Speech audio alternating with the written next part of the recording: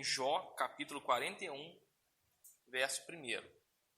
No caso, irmãos, aí o crocodilo, alguns também consideram-no, não no caso de Jó, porque é outro contexto. O crocodilo, ele pode ser um símbolo do Egito, e o Egito era uma nação opressora, não é verdade, irmãos? Afinal, os israelitas foram escravizados por quem? Primeiramente, pelos egípcios, não é? Então, Egito era uma nação opressora que oprimiu não somente durante os 400 anos de escravidão, mas também depois. O Egito sempre atacava Israel. Israel, por vezes, se via tentado a fazer alianças com o Egito e Deus repreendia severamente seu povo em razão disso.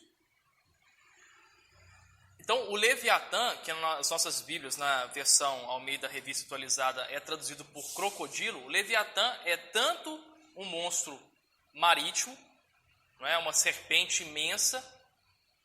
Em Jó capítulo 41 veremos uma descrição desse monstro, ou seja, não se pode atacá-lo, as suas couraças são resistentes a lanças, ele exala fogo, a sua narina exala fumaça.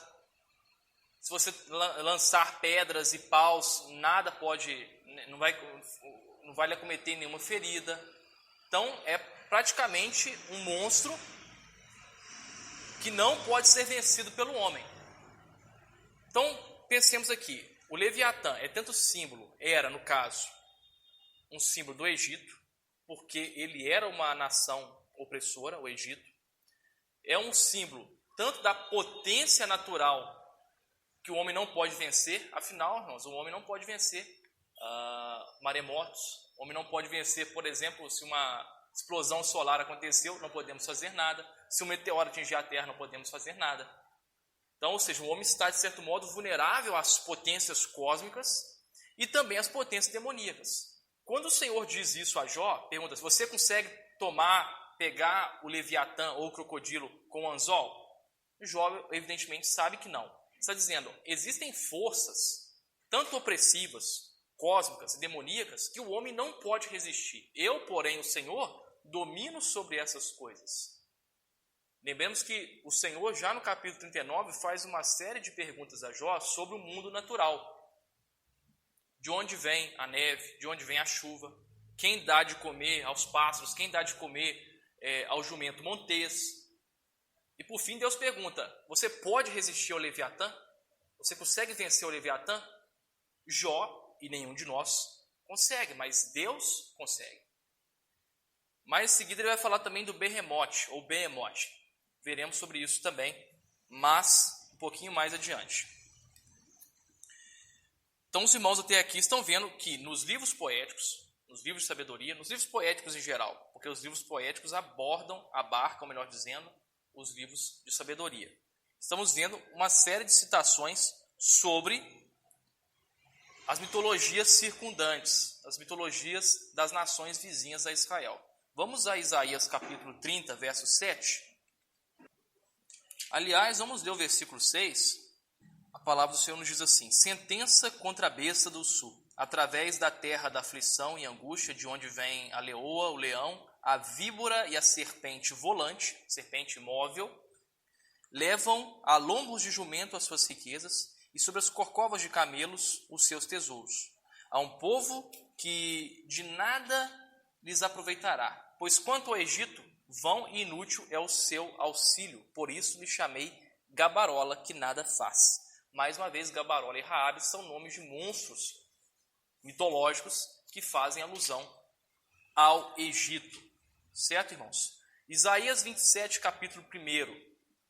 Lembrando também que na mitologia babilônica, mais recente, né, porque existe uma cosmogonia anterior, mas na cosmogonia mais recente, Marduk era o deus que sobe do abismo e mata Tiamat. Eu falei isso na aula passada. E com metade do seu dorso constrói o céu e com a parte de baixo a terra. Ou seja, a criação nessas cosmogonias é fruto da violência, da guerra, muito diferente, ou melhor, contrária à cosmogonia cristã, que Deus cria por necessidade, irmãos. Não, Deus não precisava criar o mundo, Deus cria por amor. Então o amor está na própria raiz da criação do universo. nessas mitologias pagãs é a violência, a guerra, a brutalidade. Isaías 27, versículo 1 diz o seguinte: naquele dia o Senhor castigará com a sua dura espada, grande e forte, o dragão, serpente veloz, e o dragão, serpente sinuosa, e matará o monstro que está no mar. Olha que interessante, irmãos. Mais uma vez, o Antigo Testamento ele faz uso dessas imagens para caracterizar as forças demoníacas, políticas opressoras e mesmo cósmicas, naturais. Mas aqui o Senhor é representado como se fosse o verdadeiro Deus que abateu a serpente sinuosa, o dragão, na criação. Nós sabemos que Deus criou o mundo a partir do nada, certo, irmãos? Deus não encontrou oposição de Satanás, porque Satanás é criatura. Se Deus quiser eliminá-lo de uma hora para outra, Deus elimina. Não existe essa questão maniqueísta de que Deus está disputando força com o diabo. Os irmãos são mais do que maduros para saber isso de cor e salteado. Mas aqui, Isaías transporta o imaginário do Deus guerreiro nas cosmogonias pagãs, que destruiu com a espada, com o machado, com a clava, o dragão, Tiamat, ou o que seja, Leviatã, e transporta para o Senhor. Aqui é o Senhor que vence esse caos original e cria a terra. Olha que interessante, irmãos. Os escritores do Antigo Testamento, também do Novo, eles não rejeitavam essas mitologias. Eles não criam nelas, mas utilizavam-nas como material poético para mostrar a soberania do Senhor. É por isso que o Senhor é representado também aqui em Isaías, principalmente, e também no Êxodo, como o varão de guerra, que os irmãos pentecostais tanto gostam, não é? O varão de guerra é justamente isso. Deus é representado como o Senhor dos exércitos. Deus precisa marchar com armadura, irmãos? Não, porque Deus é espírito, não é verdade? Mas Deus é mostrado como um varão de guerra, por quê? Porque ele age em favor do seu povo, ele vence as batalhas. E Paulo vai aproveitar ainda mais essa metáfora lá em Efésios capítulo 6, quando nos ordena revestirmos do que, irmãos? Da armadura de Deus. Ou seja, assim como o Senhor é um varão de guerra, um guerreiro, nós também. Mas a nossa luta não é contra a carne e o sangue, mas contra as potestades malignas. Está vendo como é que a Bíblia faz todo um emaranhado de significados e referências mútuas, irmãos? E aí nós compreendemos como Deus é maravilhoso na sua providência para guiar a redação dos livros. Então até aqui nós estamos vendo uma série de passagens que confirmam aquilo que estamos falando. Vamos por fim no livro de Isaías 51, verso 9. Digo por fim aqui no livro de Isaías. Vamos depois em outros livros. Os irmãos lembram que o relato da passagem no Mar Vermelho, quando Moisés o faz, é um análogo ao relato da criação. Não havia águas e essas águas não estavam separadas e Deus depois separou a água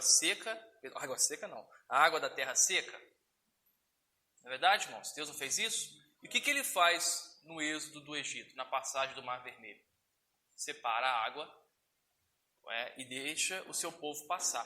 O relato do êxodo do Egito, mais precisamente da passagem no mar, é um análogo à criação. Assim como Deus fez separação das águas, aquelas águas primordiais sobre as quais o Espírito de Deus, vamos colocar assim, sobrevoava, metaforicamente falando, da mesma forma, o sopro de Deus, porque o livro de Êxodo fala que Deus trouxe um vento. Não quer dizer que Deus soprou literalmente, não é, irmãos? Deus não tem pulmões, Deus não tem boca, Deus não tem narinas. Mas o sopro das narinas de Deus, ou seja, a intervenção direta de Deus, fez com que o povo passasse a pé enxuto pelo Mar Vermelho. Então, assim como Deus ordena as águas primordiais, as águas do caos na criação, Deus também ordena essas águas do caos no Êxodo.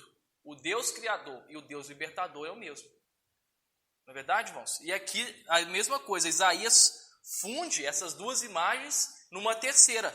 Não és tu, o Senhor, aquele que secou o mar, as águas do grande abismo, aquele que fez o caminho no fundo do mar para que passassem os remidos? Lembramos que Marduk abateu a serpente marítima Tiamat. Aqui, Isaías coloca mais uma camada de interpretação. Deus também é aquele que abate toda a força maligna, cósmica, política que se opõe a ele. assim como os guerreiros, os deuses guerreiros do mundo, da mitologia babilônica, caldeia, suméria, que abatem os monstros marítimos, Deus também os abate, porque Ele é o verdadeiro soberano, Ele é o verdadeiro Senhor dos exércitos. Vamos voltar agora lá para Jó, capítulo 40, verso 15. Vai estar traduzido como hipopótamo, tá, irmãos? Mas originalmente é o Behemote. Vou explicar daqui a pouco quem são essas figuras mitológicas. Quem que era o Leviatã, quem que era o Behemote? Novamente, ambos são figuras mitológicas, aqui traduzidos como, respectivamente, crocodilo, Leviatã, e Behemote como hipopótamo.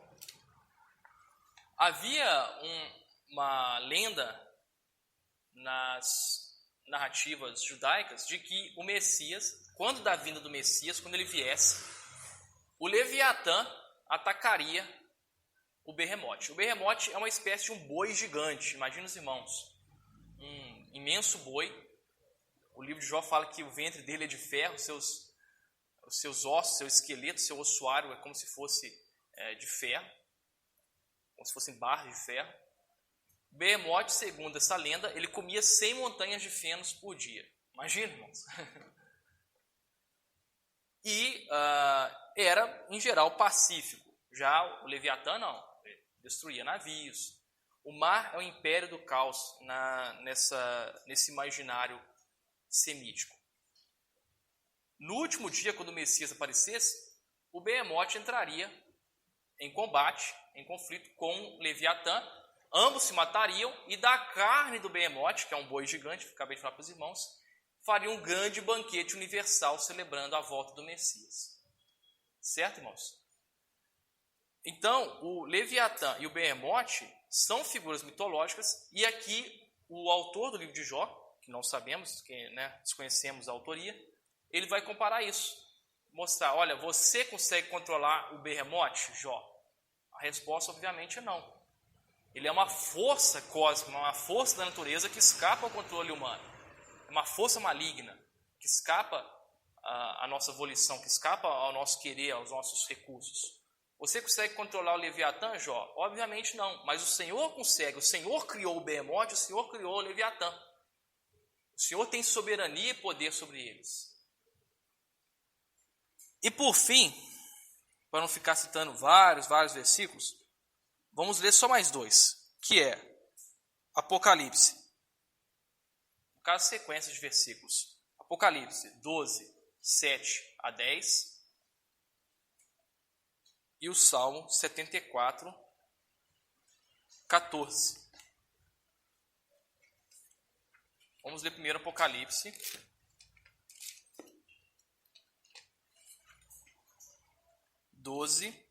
Versos 7 a 10. Nos diz assim a palavra do Senhor.